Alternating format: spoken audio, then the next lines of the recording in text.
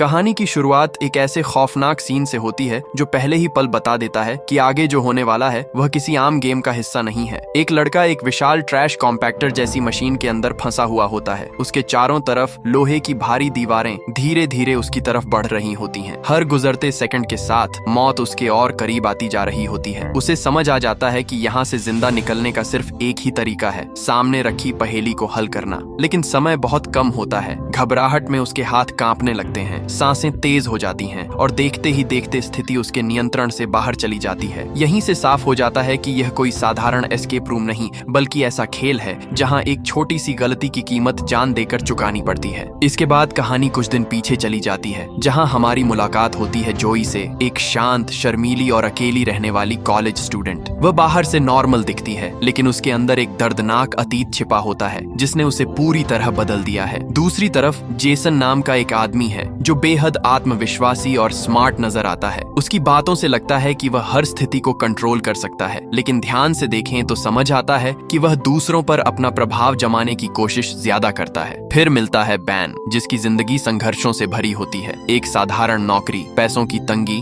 और लगातार बढ़ती परेशानियों ने उसे अंदर से थका दिया होता है। वह अपनी जिंदगी बदलना चाहता है लेकिन उसे कोई रास्ता दिखाई नहीं देता। इसी तरह अमेंडा नाम की एक महिला भी कहानी का हिस्सा बनती है। वह आर्मी बैकग्राउंड से होती है और अपने पुराने मानसिक घावों से अब तक उबर नहीं पाई होती। इन सभी लोगों की जिंदगी तब बदल जाती है जब उन्हें एक रहस्यमयी पजल बॉक्स मिलता है। जैसे ही वे उस बॉक्स को सॉल्व करते हैं, उसके अंदर से एक खास निमंत्रण निकलता है। यह किसी पार्टी का कार्ड नहीं होता, यह होता है एक बेहद खास एस्केप रूम गेम का इनविटेशन, जिसमें जीतने वाले को $10,000 का इनाम मिलने वाला होता है। सबसे अजीब बात यह होती है कि यह निमंत्रण उनके दोस्तों की तरफ से भेजा गया होता है, लेकिन कोई भी यह जानने की कोशिश नहीं करता कि आखिर इसे भेजा किसने। शायद यही उनकी सबसे बड़ी गलती थी। कुछ समय बाद अमेंडा और बैन तय की गई जगह पर पहुंचते हैं। बिल्डिंग के बाहर से ही माहौल अजीब और रहस्यमयी लगता है। दरवाजे पर खड़ा सिक्योरिटी गार्ड भी कुछ ऐसा नजर आता है जैसे उसे पहले से पता हो कि अंदर जाने वाले लोग वापस नहीं लौटेंगे। अंदर पहुंचकर सभी एक साधारण से वेटिंग रूम में बैठते हैं। वहां जोई, जेसन और निक नाम का बंदा पहले से मौजूद होते हैं। थोड़ी देर बाद डैनी नाम का एक लड़का भी वहां पहुंचता है जो एस्केप रूम्स का बहुत बड़ा फैन होता है। वह दर्जनों गेम खेल चुका होता है और खुद को इस खेल का एक्सपर्ट मानता है। धीरे धीरे सभी बातचीत करने लगते हैं। तभी उन्हें पता चलता है कि इस गेम को जीतने वाले को $10,000 का इनाम मिलेगा। ये सुनकर सब लोग उत्साहित हो जाते हैं और गेम शुरू होने का इंतजार करने लगते हैं। लेकिन तभी कुछ अजीब होता है। बैन कमरे से बाहर निकलने की कोशिश करता है लेकिन अचानक दरवाजे का लॉक टूटकर उसके हाथ में आ जाता है। उसी पल सबको एहसास होता है कि जिस कमरे को वे सिर्फ इंतजार करने की जगह समझ रहे थे, असल में वही खेल का पहला कमरा था। और अब वे एक ऐसे खेल में फंस चुके थे जहां पहेलियां हल न करने की सजा सिर्फ हार नहीं, सीधी मौत थी। अब कमरे में मौजूद सभी लोग समझ चुके थे कि यह कोई साधारण वेटिंग रूम नहीं था। वे अनजाने में खेल का पहला लेवल शुरू कर चुके थे। कमरे की हर चीज में कोई न कोई सुराग छिपा हुआ था। हर किताब, हर तस्वीर, हर वस्तु शायद उन्हें बाहर निकलने का रास्ता दिखा सकती थी। लेकिन उन्हें अभी भी यह नहीं पता था कि यहाँ एक छोटी सी गलती सिर्फ गेम हारने का कारण नहीं बनेगी बल्कि उनकी जान भी ले सकती है। सभी लोग अलग अलग कोनों में सुराग ढूंढने लगते हैं। कोई दीवारों को ध्यान से देख रहा होता है, कोई फर्श पर निशान तलाश रहा होता है, तो कोई अंदाजे के आधार पर कुछ भी ट्राई कर रहा होता है। इसी बीच जोई की नजर एक किताब पर पड़ती है। वह अपने दिमाग पर भरोसा करते हुए उसमें छिपे संकेतों को समझने की कोशिश करती है और एक कॉम्बिनेशन आजमाती है। शुरुआत में सबको लगता है कि शायद उसे सही सुराग मिल गया है, लेकिन अगले ही पल कुछ ऐसा होता है कि सभी के चेहरों का रंग उड़ जाता है। अचानक छत पर लगे हीट लैंप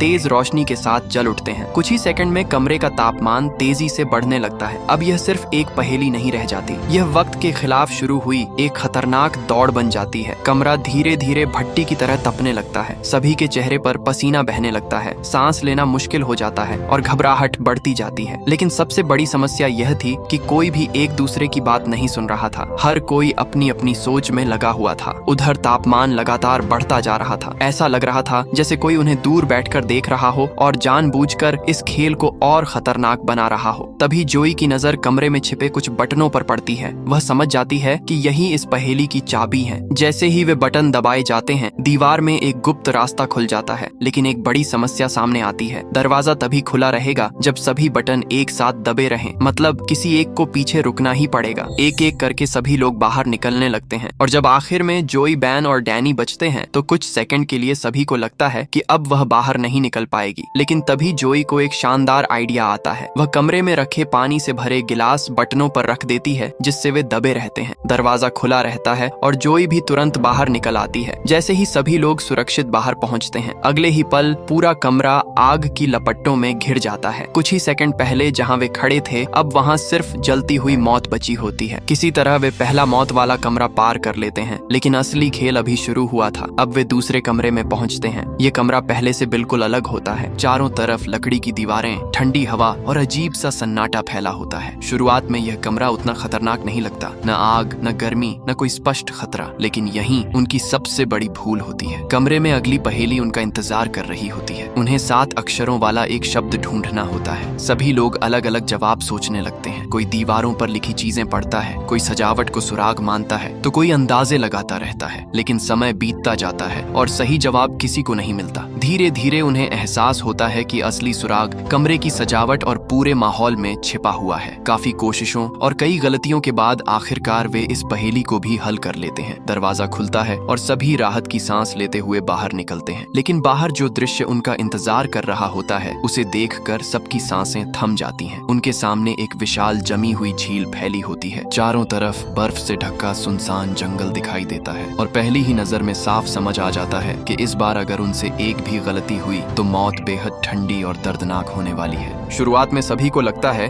कि यह भी पिछले कमरों की तरह सिर्फ एक और थीम वाला सेटअप है। चारों तरफ बर्फ जमी होती है, पेड़ पूरी तरह सफेद पड़ चुके होते हैं और हवा इतनी ठंडी होती है कि सांस लेना तक मुश्किल लगने लगता है। लेकिन कुछ ही मिनटों में उन्हें एहसास हो जाता है कि यह कोई नकली सेट नहीं है। इस कमरे का तापमान सच में लगातार गिर रहा था। धीरे धीरे उनके हाथ पैर सुन्न होने लगते हैं, शरीर कांपने लगता है और हर गुजरते सेकंड के साथ उनकी ताकत कम होती जाती है। अब यह साफ था कि अगर उन्होंने जल्दी कोई रास्ता नहीं निकाला तो इस बार पहेली नहीं, ठंड उनकी जान ले लेगी। सबसे अजीब बात यह थी कि इतने बड़े बर्फीले इलाके में उनके पास खुद को बचाने के लिए सिर्फ एक जैकेट थी। जैसे किसी ने जानबूझकर उन्हें ऐसी स्थिति में डाल दिया हो जहां जीवित रहने के लिए उन्हें एक दूसरे से लड़ना पड़े। इसी दौरान बैन का पैर अचानक बर्फ में बने एक गहरे छेद में फंस जाता है। जब वह पैर बाहर निकालता है तो उसका पैर लगभग सुन्न हो चुका होता है। तभी निक को एक फिशिंग रॉड दिखाई देती है। सबको लगता है कि शायद उस छेद के अंदर कोई सुराग छिपा है। वे कोशिश करते हैं लेकिन उन्हें कुछ नहीं मिलता। फिर जोई को एक चुंबक यानी मैग्नेट मिलता है। जैसे ही वे उसे छेद के अंदर डालते हैं, कुछ भारी चीज उससे चिपक जाती है। धीरे धीरे वे उसे ऊपर खींचते हैं और अगले ही पल सबकी आंखें फैल जाती हैं। वह बर्फ का एक बड़ा टुकड़ा होता है और उसके अंदर एक चाबी जमी होती है। अब उन्हें समझ आता है कि यही इस कमरे से बाहर निकलने का रास्ता है। लेकिन समस्या यह थी कि चाबी मोटी बर्फ के भीतर फंसी हुई थी और इस जानलेवा ठंड में उसे निकालना आसान नहीं था। तभी डैनी बैन का लाइटर उससे मांगता है। उसे लगता है कि यही सबसे तेज तरीका है। लेकिन जैसे ही वह लाइटर उठाकर वापस लौटता है, बिना किसी चेतावनी के उसके पैरों के नीचे की बर्फ टूट जाती है। एक सेकंड पहले वह उनके साथ खड़ा था और अगले ही पल अंधेरे बर्फीले पानी में समा जाता है। सब कुछ इतनी तेजी से होता है कि किसी को उसे बचाने का मौका तक नहीं मिलता। पूरा ग्रुप सदमे में आ जाता है। लेकिन सबसे डरावनी बात उसकी मौत नहीं थी। डरावनी बात यह थी कि उसी जगह पर बाकी लोग भी कई बार चल चुके थे। ऐसा लग रहा था जैसे यह खेल खुद तय कर रहा हो कि अगला शिकार कौन होगा। अब पहली बार सभी को सच में महसूस होता है कि यह कोई गेम नहीं है, यह मौत का खेल है। काफी संघर्ष के बाद आखिरकार वे बर्फ पिघलाकर चाबी निकाल लेते हैं। दरवाजा खुलता है और वे किसी तरह उस बर्फीले नरक से बाहर निकल जाते हैं। लेकिन बाहर उनका इंतजार कर रहा होता है एक और भयानक कमरा। इस बार जैसे ही वे अंदर कदम रखते हैं, सभी कुछ सेकंड के लिए ठिठक जाते हैं। पूरा कमरा उल्टा बना होता है। टेबल, कुर्सियां और बाकी फर्नीचर छत पर चिपके दिखाई देते हैं और सबसे खतरनाक बात, उनके पैरों के नीचे की फर्श धीरे धीरे टूट रही होती है। मतलब उन्हें ऊपर चढ़ते हुए पहेली भी हल करनी थी और गिरने से भी बचना था। नीचे एक गहरा अंधेरा गड्ढा उनका इंतजार कर रहा था। इस बार सोचने के लिए समय बहुत कम था। हर सेकंड के साथ फर्श का एक और हिस्सा टूट रहा था। सभी लोग तेजी से ऊपर बढ़ते हैं। काफी मुश्किलों के बाद उन्हें एक बोल मिलती है जो इस कमरे के दरवाजे को खोलने की चाबी होती है। अमेंडा उस वस्तु को लेकर सावधानी से आगे बढ़ती है, लेकिन तभी उसका संतुलन बिगड़ जाता है और वह वस्तु उससे छूटकर किनारे की ओर लुढ़कने लगती है। कुछ पल के लिए सभी की सांसें थम जाती हैं। अगर वह बाल नीचे गिर जाती तो शायद सब कुछ खत्म हो जाता। उसी क्षण अमेंडा बिना अपनी जान की परवाह किए टूटती हुई फर्श पर छलांग लगा देती है। वह किसी तरह उस वस्तु को पकड़ लेती है और आखिरी क्षण में अपने साथियों की तरफ फेंक देती है। उसकी कुर्बानी रंग लाती है, लेकिन खुद अमेंडा एक टेलीफोन वायर के सहारे लटक जाती है। कुछ सेकंड तक वह खुद को संभालने की कोशिश करती है, लेकिन फिर उसका हाथ फिसल जाता है और अगले ही पल उसका शरीर नीचे अंधेरे गड्ढे में गायब हो जाता है। कमरे में कुछ क्षणों के लिए सन्नाटा छा जाता है। एक और साथी उनकी आंखों के सामने मर चुका था, लेकिन उनके पास शोक मनाने का समय नहीं था, क्योंकि दरवाजा खुल चुका था और उसके पीछे उनका इंतजार कर रहा था। एक गंदा, सुनसान और बेहद डरावना अस्पताल, जहां शायद अब तक का सबसे खतरनाक खेल उनका इंतजार कर रहा था। जैसे ही बचे हुए लोग अगले कमरे में प्रवेश करते हैं, पहली ही नजर में साफ हो जाता है कि इस बार खतरा पहले से कहीं ज्यादा भयानक है। यह कमरा किसी पुराने वीरान अस्पताल की तरह दिखाई देता है। टूटी हुई दीवारें, जंग लगी मशीनें, बिखरे हुए मेडिकल उपकरण और चारों तरफ फैली सड़ांत। पूरा माहौल ऐसा लगता है जैसे यहाँ सालों से कोई नहीं आया हो। लेकिन इस कमरे की सबसे डरावनी चीज थी वहाँ रखी फाइलें। शुरुआत में सभी को लगता है कि ये भी अगली पहेली का हिस्सा है, लेकिन जैसे ही वे फाइलें खोलते हैं, सबके चेहरों का रंग उड़ जाता है, क्योंकि उन फाइलों में उनकी अपनी जिंदगी के राज लिखे होते हैं। ऐसी बातें जो किसी अजनबी को पता ही नहीं हो सकती थीं। धीरे धीरे एक भयानक सच सामने आता है।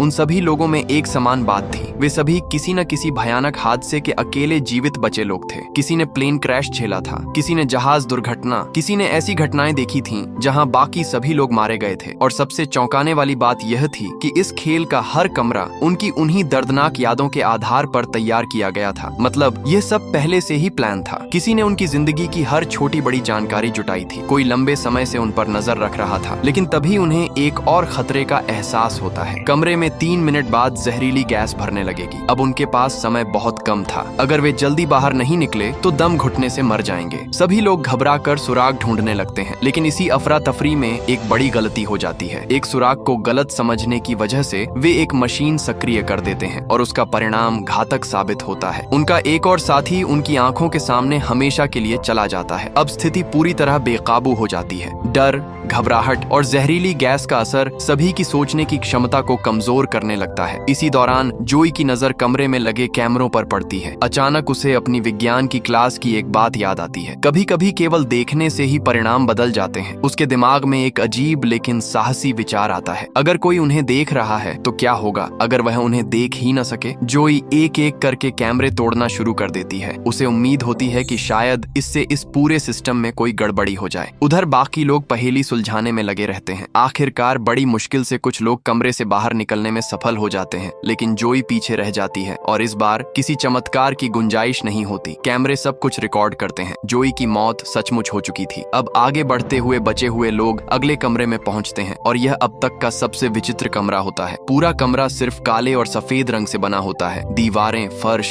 छत, सब कुछ। जैसे ही वे अंदर कदम रखते हैं, हवा में एक अजीब गैस फैलने लगती है। कुछ ही सेकंड में उन्हें महसूस होता है कि उनकी सोचने की क्षमता प्रभावित हो रही है। कमरा घूमता हुआ लगने लगता है। दीवारें हिलती हुई दिखाई देती हैं, आंखें धोखा देने लगती हैं। पहली ही नजर में साफ हो जाता है कि इस बार खतरा पहले से कहीं ज्यादा भयानक है। अब उन्हें समझ आता है कि यह गैस सीधे उनके दिमाग पर असर कर रही है, लेकिन सबसे खतरनाक सच अभी सामने आना बाकी था। इस पूरे खेल में शुरुआत से केवल एक ही विजेता तय किया गया था। मतलब चाहे कितने भी लोग यहाँ तक पहुँचे, अंत में सिर्फ एक ही व्यक्ति जिंदा बाहर निकल सकता था। अब खेल का उद्देश्य पहेली हल करना नहीं रह गया था। अब यह जिंदा रहने की आखिरी लड़ाई थी। कमरा तेजी से घूमने लगता है, दिमाग काम करना बंद करने लगता है और इसी पागलपन के बीच एक और साथी अपनी जान गंवा देता है। अब सिर्फ एक व्यक्ति बचता है, कमजोर, लड़खड़ाता हुआ, मुश्किल से होश में। लेकिन तभी उसके हाथ वह चीज लगती है जो उसे बचा सकती थी, एंटीडोट। वह तुरंत उसे अपने शरीर में इंजेक्ट करता है। कुछ ही सेकंड में उसकी हालत संभलने लगती है, लेकिन राहत ज्यादा देर तक नहीं टिकती। अचानक उसके पैरों के नीचे की जमीन खुल जाती है और वह सीधे अंधेरे कमरे में गिर जाता है। अंधेरे में गिरने के बाद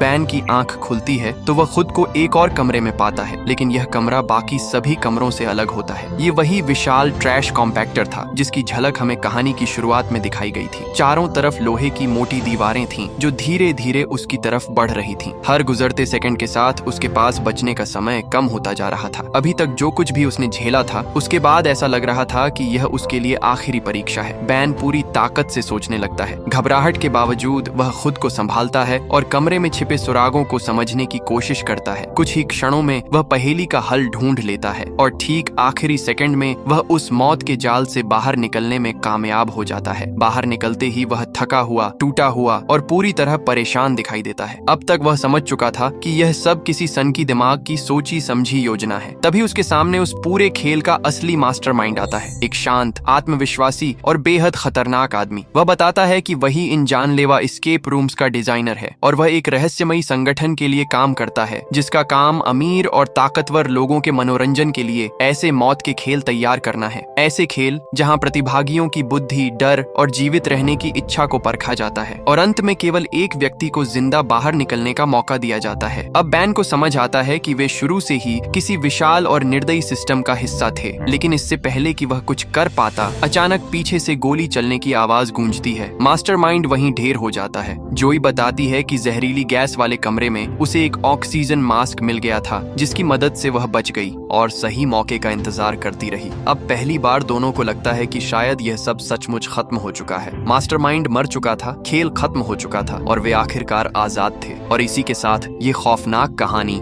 यहीं समाप्त होती है।